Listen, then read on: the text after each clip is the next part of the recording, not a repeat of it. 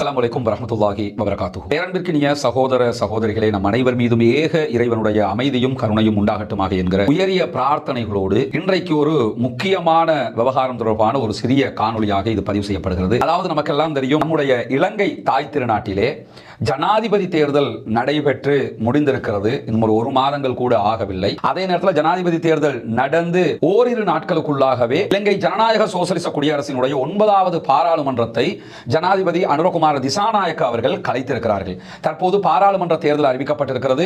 அநேகமாக நாளை வெள்ளிக்கிழமை முதல் பாராளுமன்ற தேர்தலுக்கான நாமினேஷன்கள் ஏற்றுக்கொள்ளப்பட இருக்கின்றன. இந்த மாதிரியான சூழ்நிலையில் இலங்கை முஸ்லிம்களாக இம்முறை பாராளுமன்ற தேர்தலை நாம் எப்படி எதிர்கொள்ள போகிறோம் என்பது மிக முக்கியமான ஒரு அம்சமாக இருக்கிறது. காரணம் என்னன்னா, பலவிதமான தேர்தல்களை அண்மை காலத்தில் நாம் சந்தித்திருக்கிறோம். அந்த தேர்தல்கள் அத்தனையுமே ஏதோ ஒரு வகையில் நம்மை ஒரு பக்கம் இழுக்கக்கூடிய தேர்தல்களாக இருந்தே இருக்கின்றன. உதாரணமாக மைத்திரிபால சிறிசேன ஜனாதிபதியாக வாக்கு கேட்டு வந்த நேரம், அந்த நேரம் மஹிந்த ராஜபக்சவை விரட்டினால் போதும் என்கிற நிலையில் மைத்திரிக்கு வாக்களிக்க நேர்ந்தது. அதற்கு பிறகு வந்த பாராளுமன்ற தேர்தலில் இதே அலையோடு அலையாக அவர்களுக்கு நாம் வாக்களிக்க வேண்டிய ஒரு நிர்பந்தம் ஏற்பட்டிருந்தது. அதே நேரத்தில் அதற்கு பிறகு வந்த தேர்தலை நம்ம எடுத்துக்கிட்டோம்னு சொன்னா 2020 கோட்டாபய ராஜபக்ஷ ஜனாதிபதி வேட்பாளராக வந்திருந்தார். எதிர்க்கட்சி தலைவராக அப்போது இருந்த சஜித் பிரேமதாஸ் அவர்கள் ஜனாதிபதி தேர்தலில் போட்டியிட்டாலும் அதிலே அவர் தோல்வி கண்டார். அதன் பிறகு நடைபெற்ற தேர்தலில் பெரும்பான்மையான முஸ்லிம்களுடைய வாக்குகள் சஜித் பிரேமதாஸ் அவர்களுடைய அணிக்கு போய் சேர்ந்திருந்தன. அதே நேரத்தில் அதற்கடுத்ததாக நடைபெற்ற ஒரு முக்கியமான தேர்தல் தான் கடந்த இறுதியாக நடைபெற்ற தேர்தல். இந்த தேர்தலில் அனுரகுமார திசாநாயக்க அவர்கள் வெற்றி பெற மாட்டார்கள் என்று பல பேரும் பிரச்சாரம் செய்த நேரத்தில் வெறும் 3% இருந்த அவருடைய வாக்கு வங்கி தொட்டு தற்போது அவர் ஆட்சியை பிடித்திருக்கிறார். இது ஒரு மிராக்கல் என்று பேசப்படுகிற அளவுக்கு நிலைமை மாறி இருக்கிறது. இந்த நேரத்தில் தான் தற்போது பாராளுமன்ற பொது தேர்தல் அறிவிக்கப்பட்டிருக்கிறது. இந்த பாராளுமன்ற பொது தேர்தல் என்பது நாம் நம்முடைய ஒவ்வொரு பகுதிகளிலும் நமக்கு தேவையான வேட்பாளர்களை தேர்ந்தெடுக்கிற ஒரு தேர்தல் மட்டுமல்லாமல், இஸ்லாமிய சமூகமாக சிறுபான்மை மக்களாக நம்முடைய உரிமைகளை பாதுகாக்கக்கூடிய, நம்முடைய உரிமைகளுக்காக குரல் எழுப்பக்கூடிய, நம்முடைய உரிமைகள் கடமைகளை நிவர்த்திக்கக்கூடியவர்களை பாராளுமன்றத்திற்கு அனுப்புகிற ஒரு தேர்தலாக இது அமைய பெறப் போகிறது. பல சந்தர்ப்பங்களில் நம்முடைய சமூகம் சார்பாக நாம் ஏதோ ஒரு வகையில் இவர் பாராளுமன்றத்திற்கு சென்றால் நல்லது செய்வார் என்று நினைத்து வாக்களித்தவர்கள் இந்த சமூகத்திற்கு பாரிய துரோகத்தை கடந்த காலங்களில் இழைத்திருந்ததை நாம் பார்த்திருக்கிறோம். அதிலும் குறிப்பாக கோட்டாபய ராஜபக்சவினுடைய தேர்தல் பிரச்சாரத்திற்கு பிறகு வந்த பாராளுமன்ற பொது தேர்தலில் எஸ்ஜேபி சார்பாக நிறைய இஸ்லாமிய மக்கள் போட்டியிட்டிருந்தார்கள். அந்த வேட்பாளர்கள் பாராளுமன்றத்துக்கு தேர்வு செய்யப்பட்டிருந்தார்கள். குறிப்பாக அவருடைய தேர்தல் பிரச்சாரம் முழுவதுமாக கோட்டா எதிர்ப்பு அலையை பயன்படுத்தித்தான் அவர்கள் பிரச்சாரம் செய்தார்கள். ஆனா கோட்டா ஜனாதிபதியாக வந்ததோடு என்ன பண்ணிட்டாங்கன்னு சொன்னா, அதுக்கு பிறகு பாராளுமன்றத்தில் வெற்றி பெற்று வந்ததற்கு பிறகு அவர்கள் கோட்டாவோடு போய் சேர்ந்து கொண்ட காட்சிகளை நம்ம பார்த்தோம். சேர்ந்து கொண்டு கூட அவர்கள் செய்த நலவு என்ன என்பதை தாண்டி இந்த வரலாற்றிலே செய்யக்கூடாத மாபெரும் துரோகத்தை அவர்கள் இழைத்தார்கள் என்பது நமக்கெல்லாம் தெரியும். குறிப்பாக கோட்டாவினுடைய அரசாங்கத்தில் நடந்ததை போன்ற ஒரு அநியாயம் இந்த உலகத்திலே இலங்கை முஸ்லிம்களுக்கு எப்போதும் நடந்ததில்லை. ஏன்னு சொன்னா, இந்த கொரோனா தொற்றுநோய் பரவ ஆரம்பித்தது. கொரோனாவில் பாதிக்கப்பட்டவர்கள் மரணித்தால் அவர்களுடைய ஜனாசாக்களை அடக்க மாட்டோம், அவற்றை தீயில் போட்டு எரிக்க வேண்டும் என்கிற ஒரு முடிவை கோட்டாவினுடைய அரசாங்கம் எடுத்தது. இந்த முடிவு உலக சுகாதார மையத்தினுடைய அறிவிப்புக்கு மாற்றமானது. வேர்ல்டு ஹெல்த் ஆர்கனைசேஷனை அடக்கலாம் என்று சொல்லியும் இல்லை, நாங்கள் எரிக்கத்தான் செய்வோம் என்கிற முடிவை எடுத்து பல ஜனாசாக்களை தீயில் போட்டு எரித்திருந்தார்கள். இப்படியான ஒரு அநியாயம் நடந்தது. இந்த அநியாயத்திற்கு துணை போன ஒரு சட்டம் மூலம் தான் 20வது அரசியல் சீர்திருத்தம். ஜனாதிபதிக்கு அனைத்து அதிகாரங்களையும் ஒரே இடத்தில் குவித்த ஒரு சீர்திருத்தமாக இருந்தது. அந்த சீர்திருத்தத்திற்கு இஸ்லாமிய சமூகத்தை சேர்ந்தவர்கள் கையுயர்த்த கூடாது என்று வலுவான கோரிக்கைகள் எழுந்ததற்கு பிறகு அகில இலங்கை மக்கள் காங்கிரஸ் ரிஷாத் பதியுதீன் தலைமையிலான மக்கள் காங்கிரசினுடைய எம்பிக்கள் அதற்கு கையுயர்த்தினார்கள். ஸ்ரீலங்கா முஸ்லிம் காங்கிரசினுடைய பாராளுமன்ற உறுப்பினர்களும் அதற்கு கையுயர்த்தி இருந்தார்கள். குறிப்பாக கல்முனையில் இருந்து வாக்குகளை அள்ளி கொண்டு வந்து கொழும்புல வியாபாரம் பண்ணக்கூடிய ஹரிஸ் அதற்கு கையுயர்த்தி இருந்தார். ஜனாசா எரிப்புக்கு துணை போன காட்சியை நம்ம பார்த்தோம். அதே மாதிரி நிந்தவூர் பகுதிகளைச் சேர்ந்த ஃபைசால் காசிம் அதற்கு கையுயர்த்தி இந்த சமூகத்தினுடைய மிகப்பெரிய துரோகியாக மாறிய காட்சிகளை பார்த்தோம். திருகோணமலையைச் சேர்ந்த தௌஃபீக் எம்பி அவர்கள் ஸ்ரீலங்கா முஸ்லிம் காங்கிரஸை சேர்ந்தவர், கையில இந்த இடது கையில விஸ்ஸே எப்பா என்று சொல்லி ஒரு ஸ்டிக்கர் அடிச்சுக்கிட்டு வலது கையால 20 வேண்டும் என்று அமர்த்திய காட்சியை நம்ம பார்த்தோம். இலங்கை வரலாற்றில் இலங்கை முஸ்லிம் பிரதிநிதிகள் செய்த மாபெரும் துரோகங்கள்ல ஒன்றுதான் இந்த ஜனாசா எரிப்பு. அதுல நீங்க பாத்தீங்கன்னா 20 வேண்டாம் என்று இந்த கையில பட்டி இருக்குது, இந்த கையில 20 வேண்டும் என்று அவர் வாக்களிக்கிறார். எவ்வளவு பெரிய ஒரு துரோகம்! என்ன நினைச்சுக்கிட்டு இருக்காங்கன்னா, 5 வருடத்துக்கு பிறகுதான் அடுத்த தேர்தல் வரும். இதெல்லாம் மக்கள் மறந்துடுவாங்க.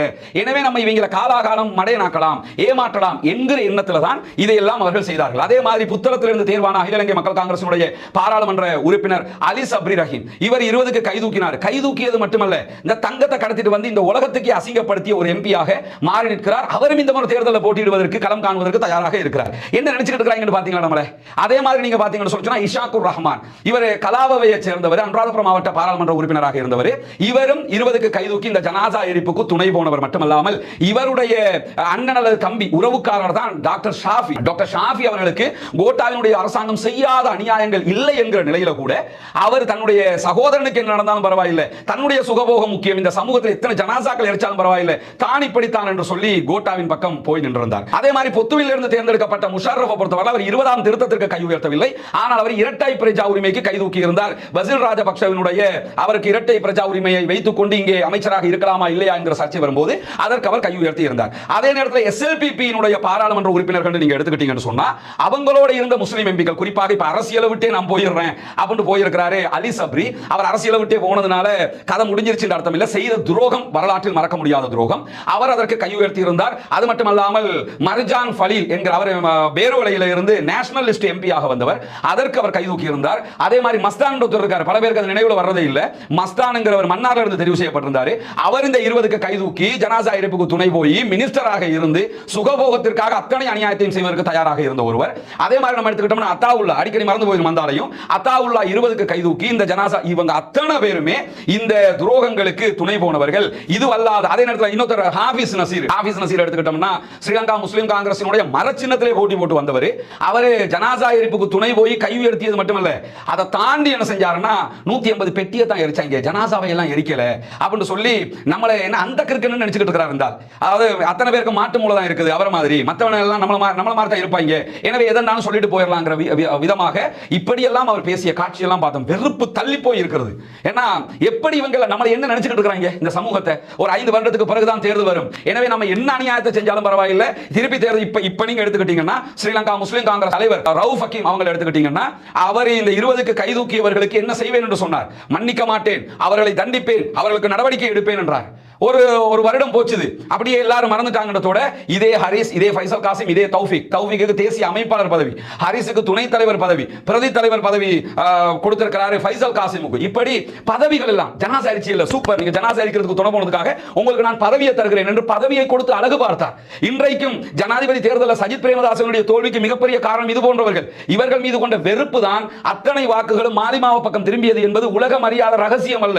காரணம் என்னன்னா இதே ஹரிஸை சேர்த்துக் கொண்டார், இதே ஃபைசல் காசிமை சேர்த்துக் கொண்டார். இப்படி எல்லாரையும் சேர்த்துக் கொண்டு மீண்டும் என்ன பார்க்கறாங்கன்னு சொன்னா தேர்தலுக்கு நாங்க வரப்போறோம், இதே ஆட்களை தான் நாங்க நிறுத்த போறோம், எனவே நீங்கள் வாக்களிக்க வேண்டும். வாக்களிச்சு என்னன்னா இப்ப அந்த புதிய ஒரு கருத்து, நம்ம இவங்களுக்கு வாக்களிக்காம விட்டுட்டோம்னு வைங்களேன், என்ன ஆகும்னு சொல்லி சொன்னா ரெப்ரசன்டேட்டிவ் குறைஞ்சிரும், பாராளுமன்றத்தில் முஸ்லிம் எம்பிக்கள் குறைஞ்சிருவாங்க.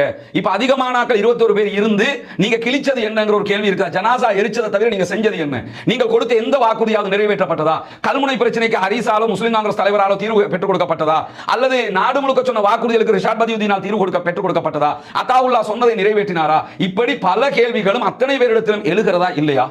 ஆனால் இவ்வளவு கேள்விகள் இருந்தது, மக்களுக்கு இதெல்லாம் மறந்து இப்ப திருப்ப வருவாங்க, வந்து நாங்கள் ஆட்சிக்கு வந்தால் என்ன செய்வோம் தெரியுமா என்று சொல்லி மீண்டும் பல பேரையும் ஏமாற்றுகிற காரியத்தில் ஈடுபடுவார்கள். இதை எப்படி தடுப்பது? இவர்கள் அல்லாத ஒரு சிறந்த நாட்டை நேசிக்கக்கூடிய, சமூகத்தை ஆதரவு வைக்கக்கூடிய, சமூகத்திற்கு நல்லது நினைக்கக்கூடிய, சுயநலமற்ற, எந்த ஒரு வரப்பிரசாதங்களுக்கும் ஆசைப்படாத, நாட்டுக்கு சமூகத்திற்கு சேவை செய்ய கூடியவர்களைத்தான் இந்த சமூகம் இம்முறை பாராளுமன்றத்திற்கு தேர்வு செய்ய வேண்டுமே தவிர மீண்டும் இதே ஆட்களுக்கு நாம் வாக்களித்தோம் என்றால், ஜனாசா எரித்தவர்களை நாம் பாராளுமன்றத்திற்கு அனுப்பினோம் என்று சொன்னால், அதற்கு துணை போன தலைவர்களை நாம் தேர்வு செய்தோம் என்று சொன்னால் கண்டிப்பாக நாம் அல்லாஹ்விடத்திலும் பொறுப்பு கூற வேண்டிய நிலை வரும். குல்லுக்கும் ராயின் வ குல்லுக்கும் மஸ்ஊலுன் அன் ரஅய்யதிஹி. ரசூலுல்லாஹி ஸல்லல்லாஹு அலைஹி வஸல்லம் அவர்கள் சொல்கிறார்கள், உங்கள் ஒவ்வொருவரும் பொறுப்பாளர்கள், உங்கள் பொறுப்புகள் பற்றி நீங்கள் கேட்கப்படுவீர்கள். நமக்கு கிடைக்கிற மிகப்பெரிய பொறுப்பு 5 வருடத்திற்கு ஒரு முறை இந்த வாக்களித்தல் என்கிற பொறுப்பு பொறுத்தான். இந்த வாக்களித்தல் பற்றி அல்லாஹ்விடத்தில் நாம் நிச்சயமாக கேள்வி கேட்கப்படுவோம். எனவே இவ்வளவு அநியாயத்தை செய்தவர்களுக்கு வாக்களிப்பதா, இல்லை என்றால் புதியதொரு தசாப்தத்தை, புதியதொரு தலைமுறையை நாம் உருவாக்குவதா? இளைஞர்கள் இன்னைக்கு முடிவா இருக்கிறாங்க. இந்த மாதிரி சமூக துரோகிகளுக்கு நாம் வாக்களிப்பதில்லை.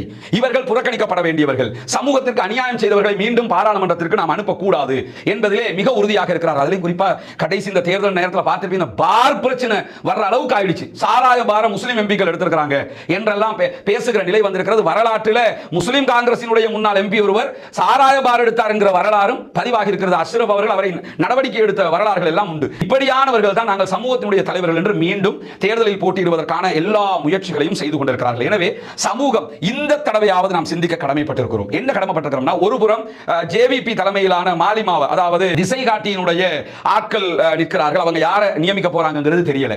மறுபுறம் சஜித் பிரேமதாஸ் அவர்கள் ஊழல் குற்றச்சாட்டு உள்ள எவருக்கும் நாங்கள் சீட்டு கொடுக்க மாட்டோம் என்று சொல்கிறார். தவிர 20க்கு கை உயர்த்திய யாருக்கும் கொடுக்க மாட்டோம் என்று அவர் சொல்லவில்லை. கோட்டாவுக்கு இந்த அநியாயத்துக்கு துணை போனவங்களுக்கு அவர் வந்து நின்றாரு. அவர் வந்து நின்னாரு, போராடினாரு, ஜனாசா எரிப்புக்காக பேசினாரு. அதெல்லாம் மாற்று கருத்து இல்ல. அவரை பேச வைக்கிற அளவுக்கு இந்த அநியாயத்துக்கு துணை போனவங்க இவங்க. இந்த துணை போனவங்களுக்கு நடவடிக்கை எடுக்க வேண்டிய கட்சி தலைவர்கள் நடவடிக்கையும் எடுக்கவில்லை. எனவே மீண்டும் அவர்களுக்கு வாக்கு கேட்பதற்கான வாய்ப்பு கொடுக்கப்படுகிற போது நாம் அத்தனை பேரும் மடையர்களாக ஆக்கப்பட போகிறோம் என்பதை நாம் உறுதியாக புரிந்து கொள்ள வேண்டியிருக்கிறது. இப்படி ரெண்டு தரப்புல, ஒரு பக்கம் இவர்கள், மறுபக்கம் அவர்கள். இன்று இப்ப புதியதொரு, அதாவது கேஸ் சிலிண்டர்ல திரும்ப நாங்க வரப்போறோம் இன்னொரு அணி என்று சொல்லி இப்படி பல பேரும் வருகிறார்கள். நாம் யாரை தேர்ந்தெடுக்க போகிறோம் என்கிற கேள்வி நமக்கு முன்னால் இருக்கிறது. அன்பின் சகோதரர்களே, முதல்ல தாய்மார்களே, அத்தனை பேரும் ஒன்று புரிஞ்சுக்கிறங்க. நம்முடைய வாக்கு என்பது நம்முடைய தலைவர்களை தேர்ந்தெடுப்பதற்கான வாக்கு மட்டுமல்ல, நாம் இறைவனிடத்தில் பதில் சொல்ல வேண்டிய வாக்கும் கூட. எனவே இந்த சமூகத்திலிருந்து யாராவது நல்லவர்களை கொண்ட, தூய்மையானவர்களை கொண்ட, அதாவது ஊழல் பெருச்சாரிகள் அற்ற, வரப்பிரசாதங்களுக்கு ஆசைப்படாத ஒரு குழு இந்த களத்திற்கு நிச்சயம் வர வேண்டும். அவர்கள் வருகிற போது அவர்களை இளைஞர்களும் இந்த சமூகமும் ஆதரிக்க கடமைப்பட்டிருக்கிறீர்கள். காரணம் என்னன்னா, அப்படியான ஒரு குழு பாராளுமன்றத்தை பிரதிநிதித்துவப்படுத்துகிற நேரத்தில் ஆளும் கட்சி செய்கிற அனைத்து நன்மைகளுக்கும் அவர்கள் துணை போகிற அதே நேரம் ஆளும் கட்சி எந்த தவறுகள் செய்தாலும் அதற்கு துணை போகாமல் இருக்கிற தைரியம் உள்ளவர்களாக அவர்கள் இருக்க வேண்டும். ஏன்னா சில நேரங்களில் நம்ம ஆளுங்கட்சி இப்ப ஜெயிச்சிருக்கிற கட்சியோடு நின்னோம்னா நிறைய நம்மாக்களும் ஜெயிச்சிடலாம், அப்ப நம்மாக்களை கூட்டிக்கலாம் என்கிற எண்ணம் எல்லாம் நமக்கு வருகிறது.